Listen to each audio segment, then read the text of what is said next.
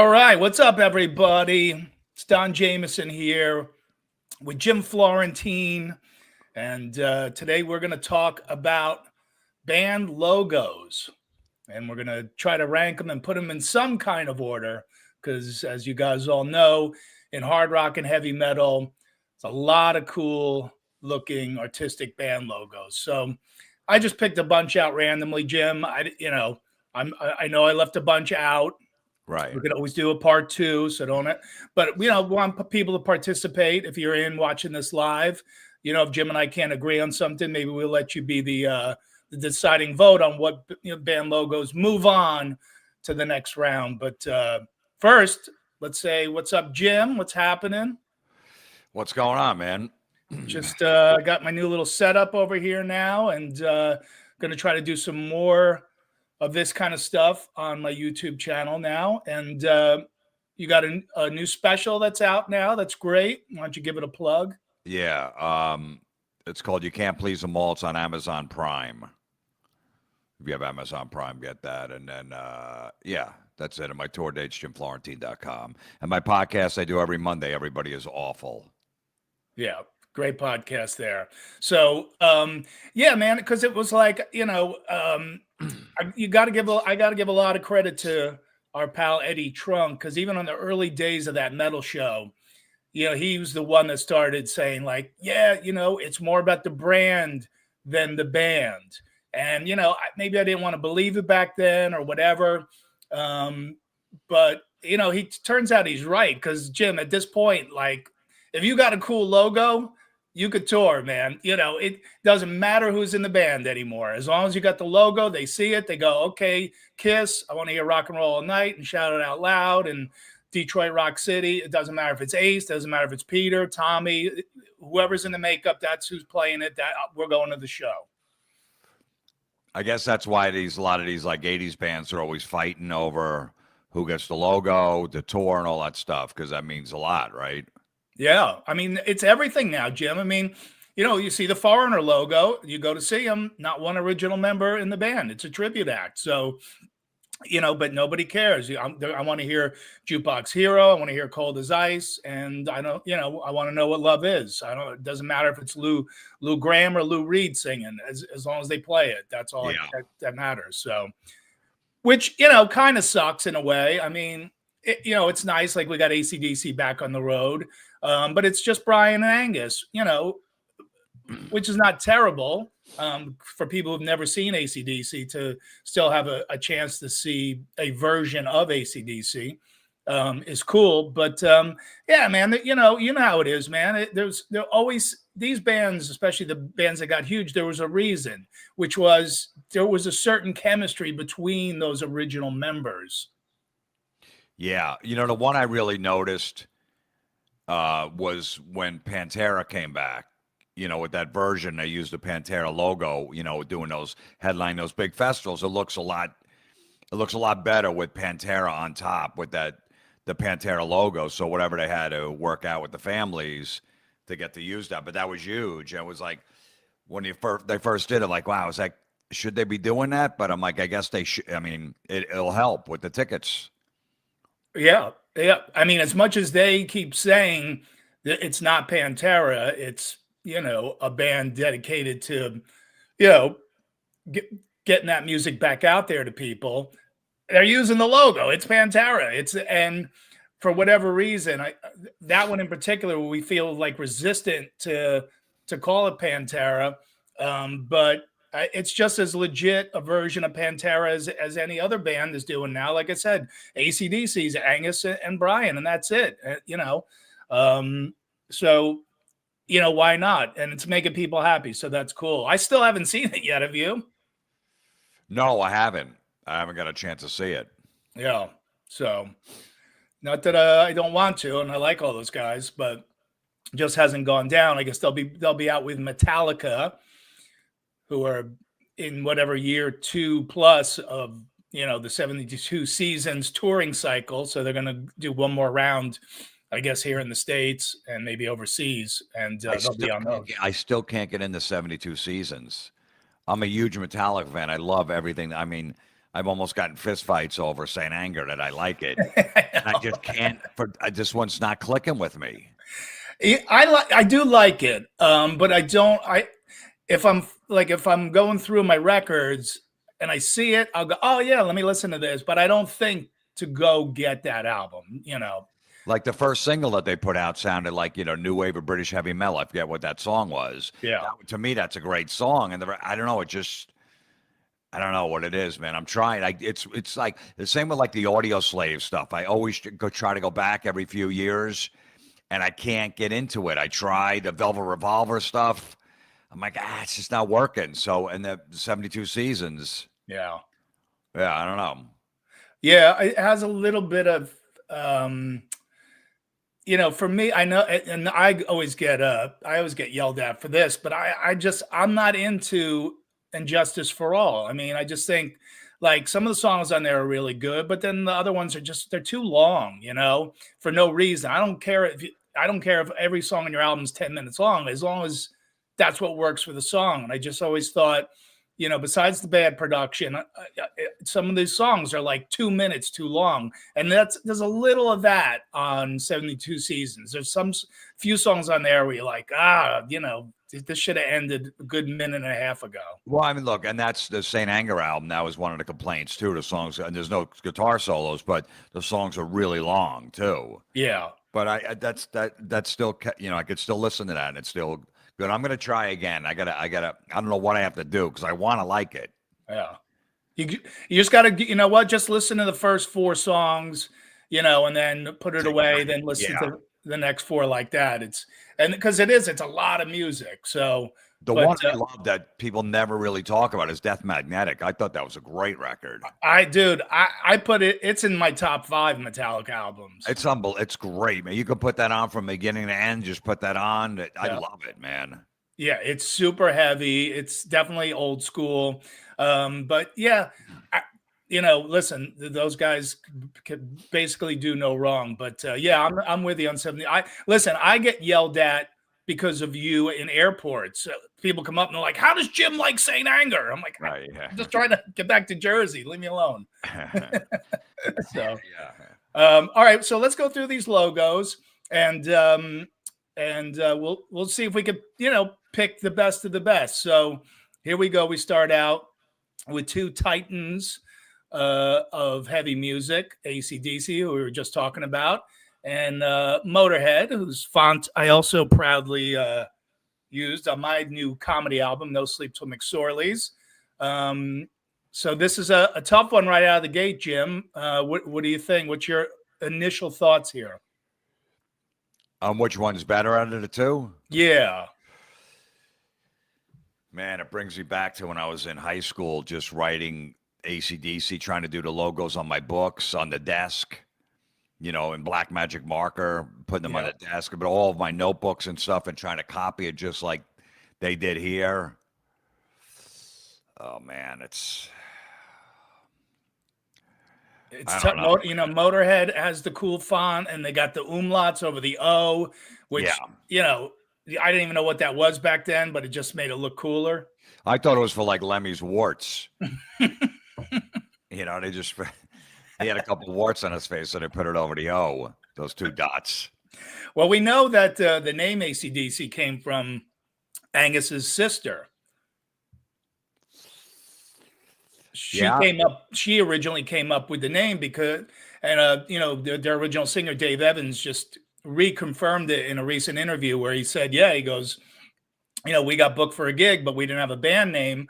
So we said, hey, next rehearsal, everybody come in with 5 different names and we'll try to pick one. And Angus came in, he said, my sister suggested AC/DC, and they all liked it right away. It obviously, he goes, it's the perfect advertising because it's on every plug everywhere in the world. It symbolizes power. And then obviously with the logo there, they got the lightning bolt in there, which symbolizes, power, electricity. So I like the simplicity of it. But for me, the Motorhead one, and this has nothing to do with which band I like more. I don't know. I think the Motorhead one just looks a little cooler.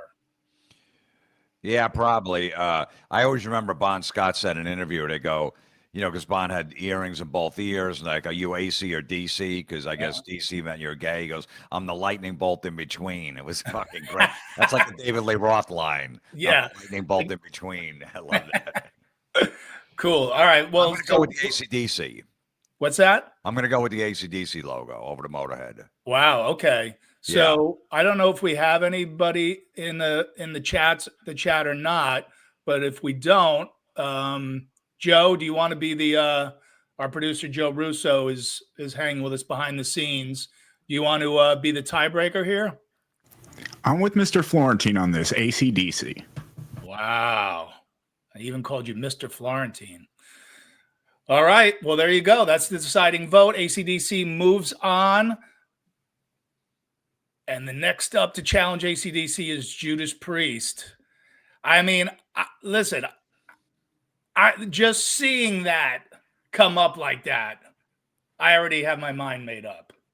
I'm still going with AC/DC. I never was crazy about the Priest font. I mean, it was cool, but it was never like, holy shit. Wow. Yeah. It was nice. Because Daddy, I mean, I sent all these, I got all these logos, but I didn't realize how cool that looked when he just did that hot change. So I got to go Priest. So Joe, you're back in the driver's seat for. Somebody came into the chat and they said See, I could have had Motorhead in if Mr. Tanya 21. All right, you were a little late on that one. Do you want to weigh in on AC/DC Judas Priest, Mr. Tanya? Which one you like better? Aerosmith. Well, we haven't gotten to Aerosmith yet, but I know that logo's in there. So, all right. No, we got no, but all right. So, Joe, Mr. Russo. I'm going to go with Judas Priest on this one. There you go. Judas Priest moving on, ladies and gentlemen. Next up, Thin Lizzy. Yeah, I mean, that's I probably could have found a little better version of the logo, but you get the picture. You know what the logo looks like. Yeah. I've used both of these as my font for various albums.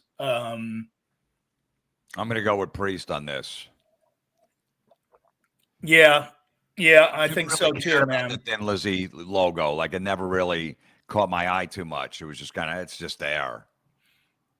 Yeah, I like the yeah, I should have found a better version of it, but when they had it for the backdrop, it looked really cool, the thing that lit up, but yeah, I don't think it still wouldn't be Judas Priest. So yeah, we're going to let Judas Priest move on to the next round up against the band Angel. And Joe, if you look, you'll see that there are two slides of this logo because it is famous for being the same right side up as it is upside down. I apologize. I actually thought that was a mistake and did not include it. There, see what happens there. If you're able to retrieve it, great. Can you just flip that, Joe? I don't know. Give me 1 second. Okay. Jim, you weren't really an Angel fan back in the day. No, I had what was the one that opened the double album? Wasn't there a double one? Live Without a Net? Wasn't there On Earth as Is in Heaven? Wasn't there an Angel record? Yeah. That was just a regular album, though. Oh, okay. I think that's the one I had. I never really got into them that much. Yeah. I did this birthday party for Dee Snider's manager, and he had 3 of the 5 original members of Angel play the party, which for me was super cool. Punky Meadows, Felix Robinson, and Frank Domino came in from Vegas. Wasn't Greg Giuffria in a version of Angel? Oh, he was right from the beginning, yeah. Okay, right from that's right, yeah. And then he went on to do Giuffria, yeah. Yep, and then House of Lords. Right. So, yeah, there it is. Oh, that's pretty cool. I didn't even know. I never knew that. Oh wow, okay, yep. So yeah, it worked. Whoever designed that, I think, if I remember correctly, a fan designed it and said, "Hey, look, if you turn it upside down, it's exactly the same." So, I mean, it's let's remember, it's not about who's the cooler band or the band you like more, which is the cooler logo. If you turn the Judas Priest logo upside down, it doesn't say Judas Priest anymore. So, what do you think, Jim? Yeah, I mean, yeah, I guess I go with Angel on this one. All right, we could have a big upset here. I think I'm going to go Angel on this one as well. I mean, that's pretty cool that the logo is the same both ways. So Angel moves on. All right. This would be a tough one to beat too. Obviously, iconic Iron Maiden font. You know it the minute you see it. Yeah, I mean, to me, it's Maiden definitely. That's a font that I always try to copy and try to do. And when I was writing on my books, that Maiden font. Yeah. Yeah. Oh man, this is a tough one for me. I mean, I'm gonna stick with Angel because it's just a little more intricate. Even though the Maiden one is definitely more iconic. We need a tiebreaker in here for this one. Let's see what the chat says. All right.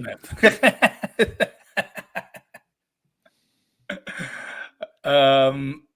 Yeah, if anybody in the chat wants to be the tiebreaker, you're welcome to. Otherwise, we're going to have Joe be the tiebreaker on this one. I still remember, man, picking this album up. I rode my bike to some record store because I heard him, I think, on Metal for Mothers, maybe. Yep. A compilation they had. I forget what song was on there, but they had an Iron Maiden song, and then this album came out. I remember reading it in Kerrang or Sounds magazine. I rode my bike and I saw this album cover. I'm like, holy shit. Exactly. Yeah. I couldn't believe it. Yeah. It's the same. I had the same story, except it was Killers. Okay. Yeah. But same exact reaction. Rode my bike down to the record store, picked it up and was like, oh my God. So, we do have King of Dabblers, Tim Henry, they're all going Maiden. So there you go. Iron Maiden moving on, ladies and gentlemen, in the ultimate battle. Well, for me, this is the first band logo that I ever saw. It's pretty simple, obviously. Designed by Ace Frehley himself, is the Kiss logo. I know you're not a big Kiss fan, Jim, but which logo is cooler to you? It's more iconic than the Iron Maiden one. The Kiss one is just, it's everywhere. Everybody knows it. So I got to go with Kiss on this.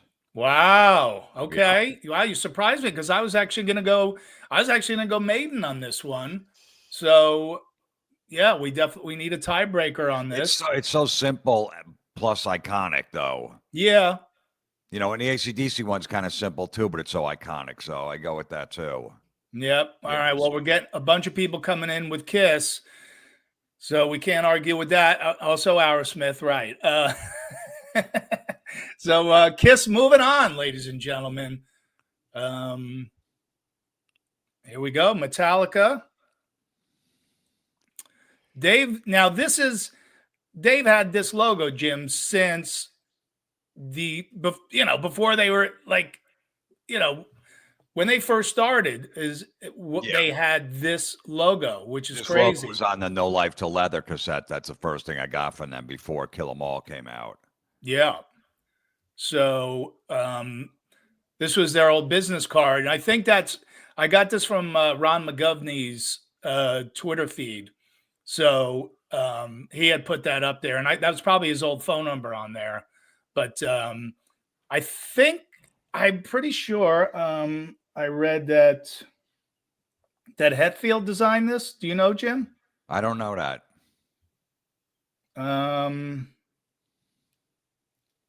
Yeah, it was designed by James Hetfield. So pretty recognizable. But going up against Kiss, it's a tough sell. Which one do you which one hits you in the face? Which one's the more identifiable one, Jim? I'm gonna go with Kiss. Yeah, I think I'm going Kiss on this one too. You know, as cool as that is,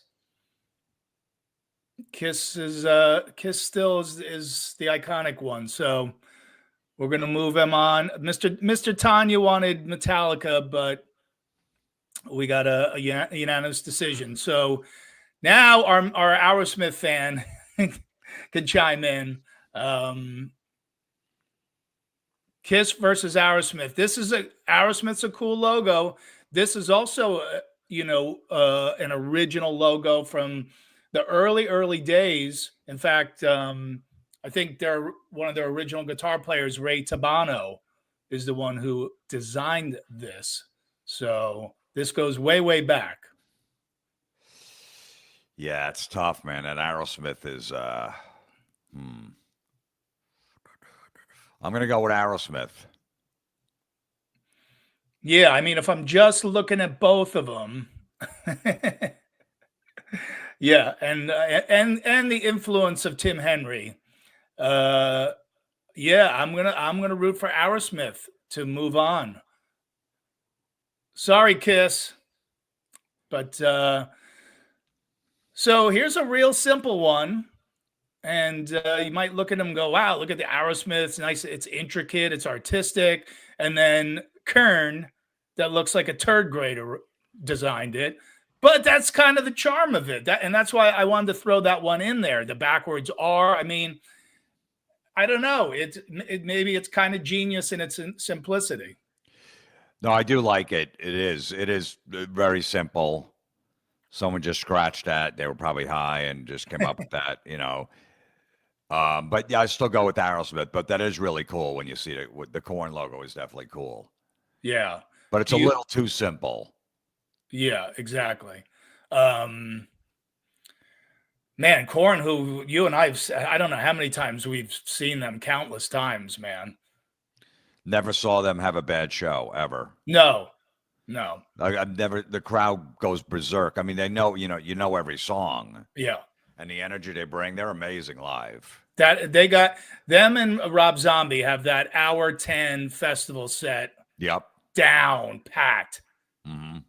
It's just so tight and good. But yeah, I still got a couple oddball ones coming up in the mix here. But yeah, I do like the Korn one. But somebody in the chat likes the Korn one, rooting for the Korn. But I think Jim and I agree. Aerosmith moves on. Birdster, thank you for checking in. And so speaking of oddball ones, Sex Pistols, sort of that, that kind of kidnapping font where, you cut the letters out of a magazine and you paste them all together and make a ransom note to send to somebody. It's kind of like that kind of font there. Now listen, the Sex Pistols really only had the one album. So, but it stood the test of time. I mean, people still talk about the Sex Pistols. The Sex Pistols are actually back out again with this guy, Frank Carter, singing with them now. So what do you think about this matchup, Jim? I go with Aerosmith. Yeah. I mean, come on. Aerosmith has how many albums? That logo, super famous. It's only the one album and stuff. And it's just, I don't know. It's, yeah, I still go with Aerosmith on that. Yeah. Aerosmith moving on. Okay, another one. Tim Henry says Sex Pistols, not really a logo. Well, I mean, it's kind of the anti-logo, right? I mean, like the Korn one. That's sort of the anti. Like, let's do the opposite of what everybody else is doing. Yeah. 9 Inch Nails. So this is, I mean, in its simplicity, it works, right? Because it's, what that is. The minute you see it, you know what band that is. Yeah, it's simple for them, and you always know, okay, that's 9 Inch Nails. Any kind of rock fan would definitely know that. But I still give the edge to Aerosmith. Yeah, I gotta say, I don't know, what do you guys in the chat think? But Yeah, Aerosmith's going to be tough to beat, man. I like the simplicity of the Nine Inch Nails, but I'd say we got to. Yeah, Aerosmith moves on to the next round. There we go. Oh, that's a good one. This is tough now. Wow. We definitely going to need people in the chat to chime in on this one. I don't even know where I'm going with this one. That Saxon logo's pretty awesome. Yeah.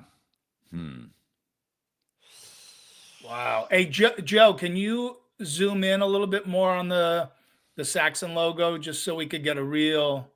Yeah. Oh, you got to do the whole screen there. Okay. I'm going to go with Saxon. Wow, just for the S. Now move over to the Aerosmith. Ooh. And there's better Aerosmith logos too, I've seen. Like I think on the first album too. That's a good logo by Aerosmith, but it's kind of like it gets lost in the white and the black. Yeah. You know? Yeah. Oh, it's tough. We got Dents in the chat room, who's and Tim Henry. Yeah, I'm trying not to do it with like what band I like better. Yeah, no, I mean, I'm doing the same thing. Yeah. I mean, you know how much I love. I might like Saxon more than Aerosmith, which is tough because I really love Aerosmith.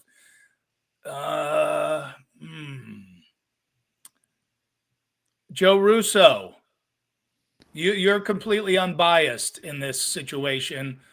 What's your gut instinct telling you? Yeah, I've never heard of Saxon, but that is a pretty badass logo. All right, so Joe's going Saxon. I got no problem with Saxon moving on. So yeah, let's let Saxon take over and say goodbye to Aerosmith. By the way, that is the new Saxon album. Yes, Saxon. Did you ever think, Jim? When the first album come out? 79? 1979. And it's 2024, and they put out a great album called Hellfire and Damnation. Yeah. And still great live. I saw them on this tour. Yep. Unbelievable. That was cool. Their drummer Nigel came to see me and you when we played in Dallas. That was a lot of fun. Yeah. He's a good guy to hang with. Oh boy, this is it. Here we go. This is a tough one too. Can you zoom in on the Def Leppard? Yeah. Yeah, I'm going with Def Leppard. That's a classic. And I'm trying to like I love Saxon way more than Def Leppard, but I take that out of it. Pyromania was the first album that I ever finger banged a girl to, so I'm trying to keep that out of it.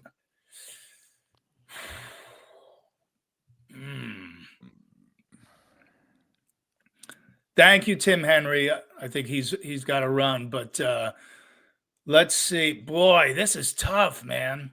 I know when the Def Leppard popped up, my eye gravitated to it. Yeah.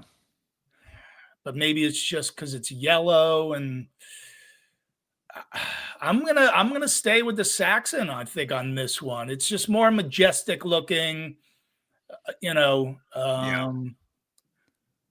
But Bird Star said Bay City Rollers. Well, I don't know if their logo made it into the mix here, but we can put them in part two. I'm going with Saxon on there. What do you guys in the chat think? Saxon or Def Leppard? It's a toss-up. Does Def Leppard, they still use that logo, right, Jim? Or I'm pretty sure they do, yeah. Yeah. I mean, they don't make the kind of music that they made on that album anymore. Yeah. But Joe, what do you think? I like the Def Leppard one, but the Saxon logo, again, very badass. So which you're the tiebreaker? I'm sticking with Saxon. All right. There we go. Saxon moving on now. Yep. That's another iconic one right there, Jim. Yeah. Yeah.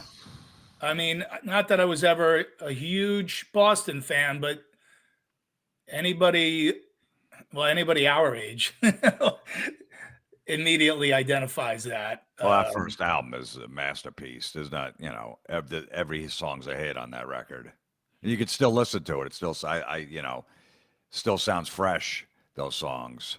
From beginning, that's an album you can listen to beginning to end. Yeah, yeah. In fact, if you put it on, you're pretty much in for the long haul. Yeah. Um, I'm going to go with Boston on this. And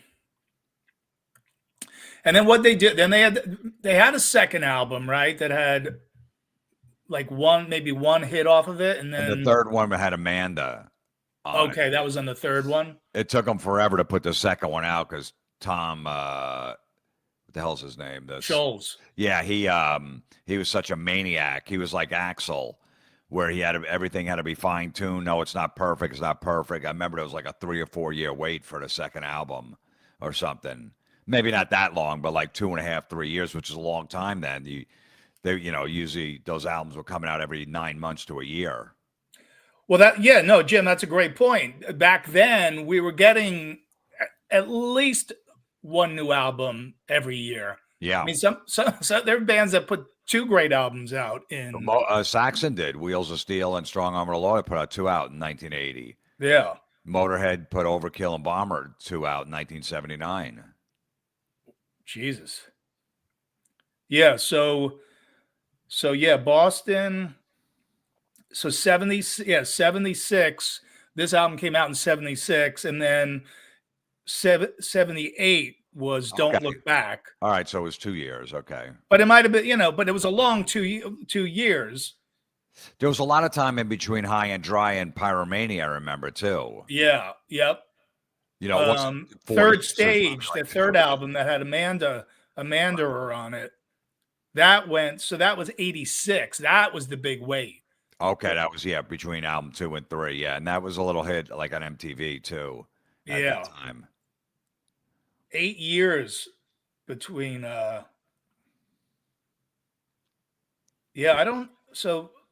looking at the second album. I don't even know what the single off of this album was.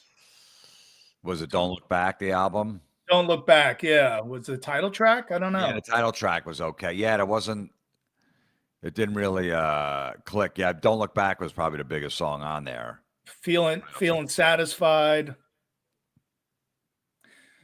I'm going Saxon on this. So, Joe, we need a tiebreaker here. Yeah, I'm sticking with Saxon here. All right, that's my guy right there. Saxon moving on. Here we go. Threw another oddball one into the mix here. One of the dumbest names for a band ever. Yeah, yes. But a really cool logo. Yeah, it is cool, but I'm going to go with Saxon. Yeah. I mean, for a band that was as creative as Yes, not that I was a big Yes fan ever, but like, how could you be so non-creative with the name? Yes. I think they probably figured no one's going to have that name. There come a million different names going. Someone how about just Yes? Yeah. Well, again, like the Kiss thing, it's simple. Yeah. Just easy to remember. So, but we're going to go Saxon on this one. Dents also votes for Saxon. So Saxon moves on. There you go, Jim. You like that logo? That's the Prince one, right? When he didn't want to be a slave to the record company. So right. It was him, just his symbol. Yeah. Yeah. I mean, it's not that iconic. It looks like something I could pick up at the Englishtown auction on some used table of just shit. It looks like one of those wall hangings like your girlfriend would bring home. And yeah. It look good above the desk. Yeah, for hobby. She went to Hobby Lobby for this shit. You can hang your keys off it or something. Yeah. Yeah, I'm going to stick with Saxon. Yeah, I mean, it's amazing with Every time someone talks about Prince, he was an underrated guitar player. Nah, he really wasn't. Yeah, I mean, it just, John Mayer's a better guitar player than Prince. Yeah, And, exactly. And he didn't have it. and no one thinks he's an amazing guitar player. Right. Which he actually is. Yeah. But yeah, I'm like, the solo in this song. I go, I saw a bunch of guys who are plumbers who have a cover band who played Purple Rain note for note. It was fine. Wasn't that hard.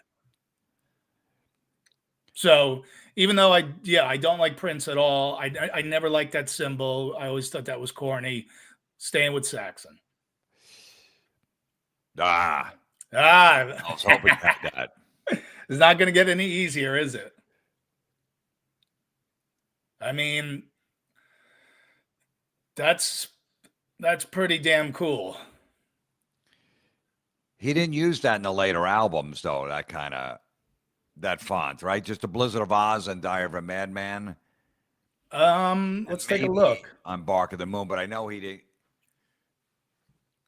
Joe, could you put up Ozzy Osbourne Blizzard of Oz album?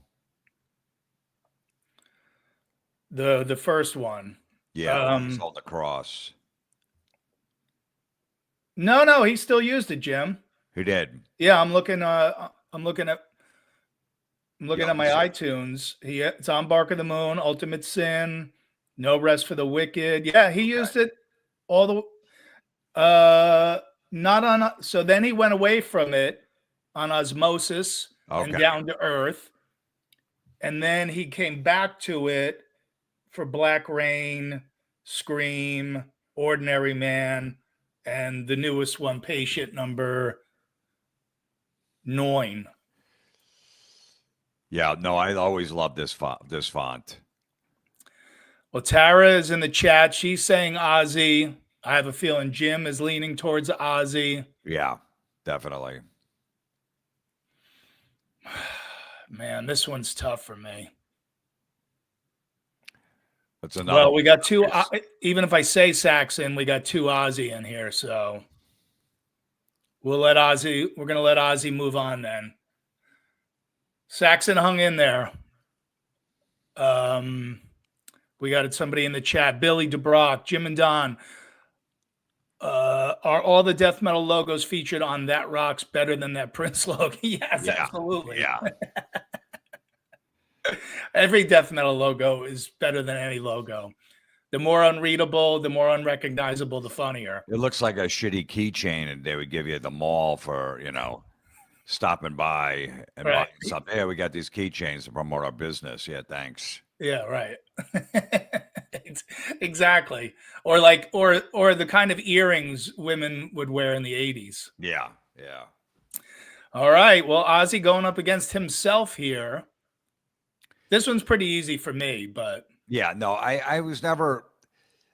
I mean, the Sabbath logo never really stuck out for me that much. It was just kind of there. So I'm gonna go with Ozzy. It was, it was cool, but it wasn't anything out of the ordinary. Yeah, and they never kind of stuck with the same font, really. I mean, that's kind of the one that we all remember, but even like on Sabbath Bloody Sabbath, it was a totally different logo. And yeah. So, yeah, I'm going to go with Ozzy on this one, too. So, Ozzy moves on. Man, that's tough. That's iconic, the Cheap Trick. Yeah, I mean, when anybody parodies that, you know exactly what they're doing. Yeah. That Cheap Trick, that, the repetition of it 3 times there. I'm going to go with Cheap Trick on that. That's, everybody, there's a million different parody shirts. You know exactly what it is. Yeah, I have one from a club down in Dallas called the Green Room. And I have a Green Room shirt. That's the Cheap Trick logo there. Right. Tara is now abandoning Ozzy for Cheap Trick. Tara, I'm jumping on with you and Jim. Cheap Trick moves on. All right. The late, great Ronnie Dio against Cheap Trick. Pretty cool logo. But 3 letters. I mean, Yeah, it's tough. I mean, that's a iconic logo to DO1. Yeah. That's tough to. I'm still leaning towards Cheap Trick on this one. Yeah, I'm just gonna stick with Cheap Trick. Okay. Cheap Trick against Slayer, who retired and never came back. Um, No, but they're not doing an album. which means be prepared for a new Slayer album. Or at least a song for a soundtrack or something. It's not even 99.9% gonna happen. It's the minute anybody in any band, and this is not to, I'm not slagging on Kerry because he's a great guy, but the minute anybody in any band says it'll never happen, that's your first clue that it's happening. Yeah. Yeah, I mean, the Slayer logo is cool. It was really cool when somebody carved it into their arm with a razor blade. Yeah, you saw it, written on the wall outside school or something. Yeah, I mean, it. I think back to the like originally seeing Slayer, and it's kind of scared me, the logo. But let's say that's Jim. Let's say that was my name or your name in that font. If you saw it, would you instantly go, "Oh, that's Jim's name in the Slayer font"? I don't know. No. But if it was Jim Florentine in the Cheap Trick font, you would. So I just talked myself into Cheap Trick again. Yeah, I'm sticking with Cheap Trick. The Slayer one's cool, but yeah, I'm still. Ooh. Yep. Wow. And these are in no order, by the way. I did not. I just sent Joe a whole file of logos and said, let's go one by one and figure it out. This is really tough. Van Halen. Iconic, the VH. You see it from anywhere. Anytime you see, exactly what it is. Have you read the Alex Van Halen book yet, Jim? Nah. Not into it? I don't know. I mean, yeah, I don't. He stopped at 85. I'd love to hear the Sammy stuff, and then it's like a lot of him. I always the autobiographies when they talk about growing up. I always skip right over that. Let's get the fucking meat. I don't give a fuck if you moved down the street and then your friend had moved away and you missed them. Who gives a shit? Right. Yeah. I don't care that your great grandmother came from Spain. And my father had a job and then he lost his job. And then, there was like 5 kids living in a house and, we had to make ends meet and it was tough. So I had to get a job when I was 12. All right. Who gives a fuck? Right. Just get to the part where you run in with the devil. Yeah. And well, I'm reading it. Books. It's the other one, like Van Halen, Rising, was it? Or yeah. And then the one that Noel Monk was that was a manager. Yeah. He had to wait 25 years to write. Those are really good books. Yeah, absolutely. I agree. But this was a gift, and Okay. So I am reading it. And yes, there's definitely a lot of childhood. The one really funny story in here from their childhood was their dad. He's somehow he sliced. He went outside. Their neighbor had like a trailer and it was blocking their driveway, and his dad went to like move the trailer and it fell on his hand and it cut the top of his finger off. And Alex went out and got the finger and they put it in a jar. And he said that we put it in a closet, and every couple of months, Eddie and I would run in there and like look at the fingertip, Really? their dad's fingertip in the jar. So that's a pretty good story. Very weird. I don't know, man. I'm still going with Cheap Trick on this one. Right. So, call me crazy, but Joe Russo. I'm sticking with Cheap Trick as well. Wow. All right. Say goodbye to Van Halen. And I think this is the last one. This was a late edition. Foghat. That was always cool, the Foghat one, but I don't know. It's just they really had like the live album, and that was it. I mean, I had a couple of studio albums before that, but everyone just kind of like the Foghat live record. So that's really not that iconic to me. Yeah, that's true. It's cool, it's different, but it's not iconic. Um, do you ever see Foghat, Jim? I don't think so. No. Didn't the version with the, I think it was just the drummer was didn't they play one of the not maybe one of the cruises, the No, Monsters of I Rock think they cruise? played the one down in Tennessee. Oh, right, the Mountain Music Yeah, Festival. I think. Well, yeah, I missed them on that, but Yeah, me too. So, well, what I about think Leonard, what we about the have Leonard Skinner font? the what? Leonard Skinner font. Well, yeah, listen, there's a bunch missing. I missed Motley Crue. I missed a whole bunch of them, but we could Right. do a part 2 on this. But for the ones that we did today, and it was Yeah. not easy, Cheap Trick comes out victorious over Van Halen, over Saxon, over Dio, over Ozzy, over Metallica, over Kiss.